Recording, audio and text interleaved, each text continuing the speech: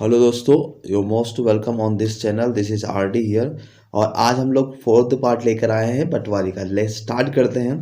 Choose the correct form of tense for the given sentence. This book dash to her. पहला option है has belonged. Second option है belongs, is belonging और belong.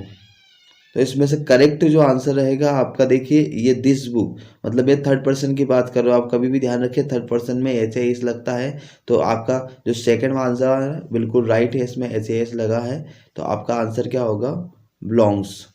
चलिए next question देखते हैं। Choose the correct form of tense for the given sentence. Can I have a drink before I dash to bed.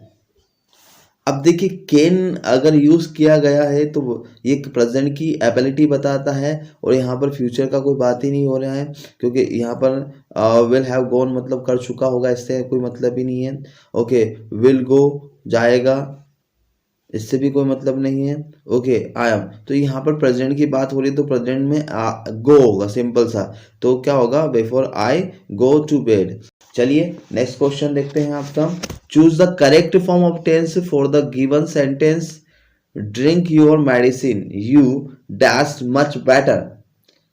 आपको वो order दे रहा है कि आप अपनी मेडिसिन ले लीजिए तो आपको अच्छा लगेगा, तो ये फ्यूचर की बात कर रहा है। यहाँ पर आप पहला ऑप्शन आपको गुमराह करने के लिए उन्होंने क्या किया है कि वो बता रहे हैं विल हैव फेल्ट, तो ये तो तुम्हें अच्छा लगा, हो चुका होगा, चुका चुकी की बात कर रहेगा, इसमें नहीं होगा। सेकंड वाले ऑप्शन में दिया है विल फील। ओके, और थर्ड वाले ऑप्शन में दिया है आर फीलिंग, मतलब अच्छा लग रहा है, और फील अच्छा लगता है, तो तुम्हें अच्छा लगेगा, तो ये फ्यूचर की कल्पना कर रहा, तो फ्यूचर की कल्पना करने के लिए विल फील होगा। तो drink your medicine you will feel much better, मतलब आप अपनी मेडिसिन ले लीजिएगा तो आप पीने के बाद या फिर आपको अच्छा लगेगा, आपको अच्छा महसूस होगा।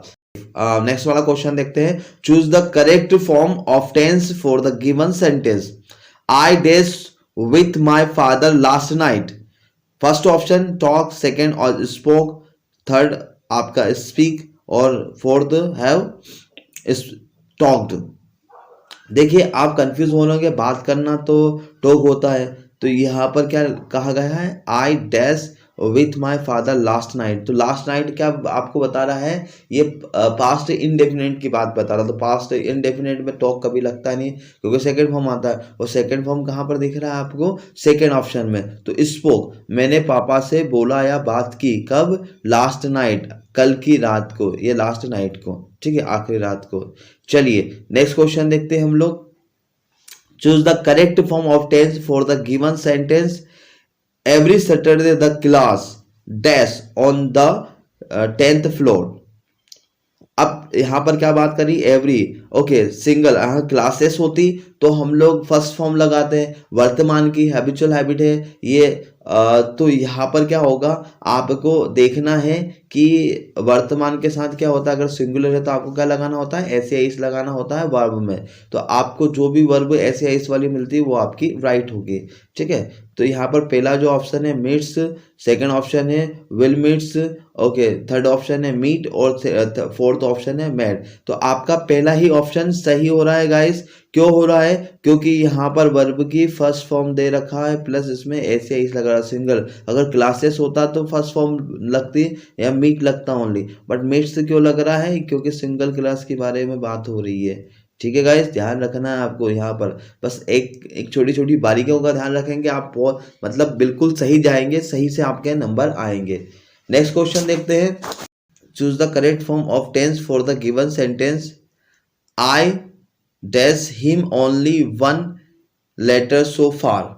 देखिए लेटर सो फार का जो काम है वो आपको वर्तमान की याद दिलाता है। वर्तमान में मतलब आप कोई काम करते हो या कर चुके हो, ठीक है।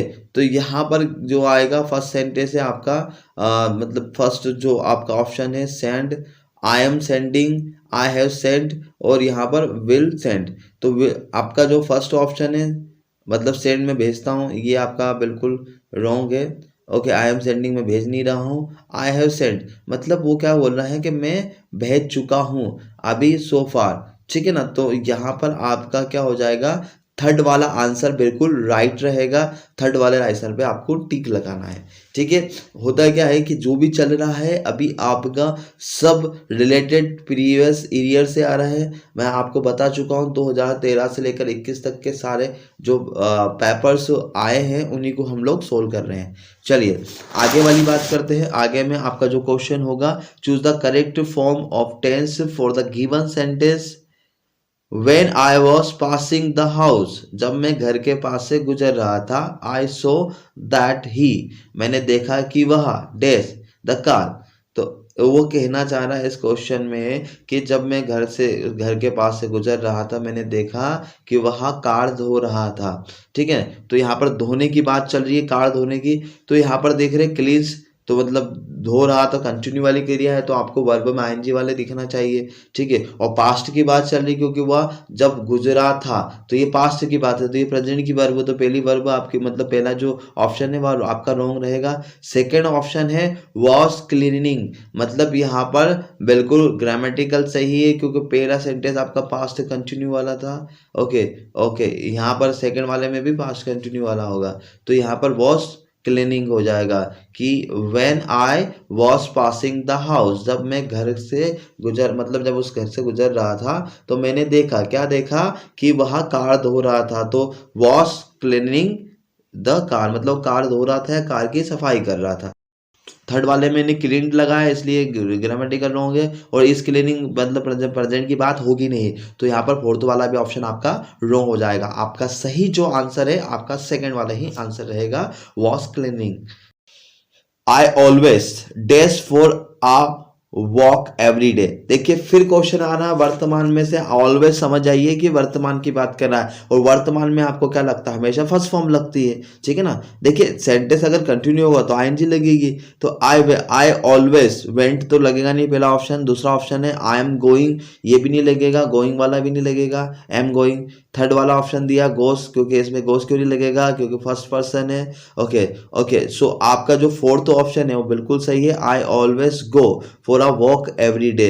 मैं हर रोज या हमेशा, हमेशा क्या करता हूँ, हमें हर रोज हमेशा मैं कहाँ पर जाता हूँ, वॉक के लिए जाता हूँ, सुबह की सैर के लिए जाता हूँ नियमित रूप से। तो जो नियमित रूप से होता है, जो हैबिचुअल हैबिट होती है, यहाँ पर फर्स्ट फॉर्म आती है। चलिए दोस्तों, नेक्स्ट वाला सेंटेंस बड़ा ही मजेदार है।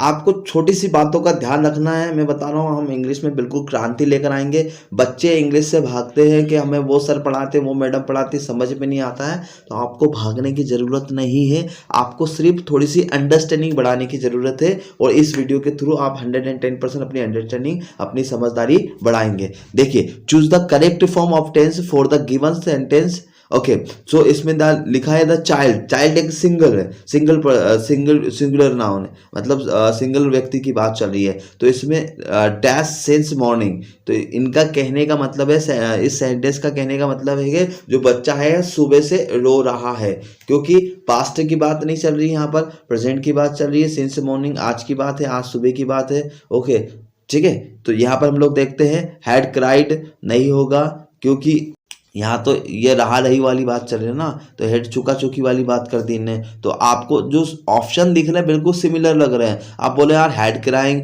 Have been crying, has been crying और हैड बिन क्राइंग, सब आपस में मिलते जुलते हैं। आप कौन सा सही लगाएं, तो आपको अपना लॉजिक लगाना है।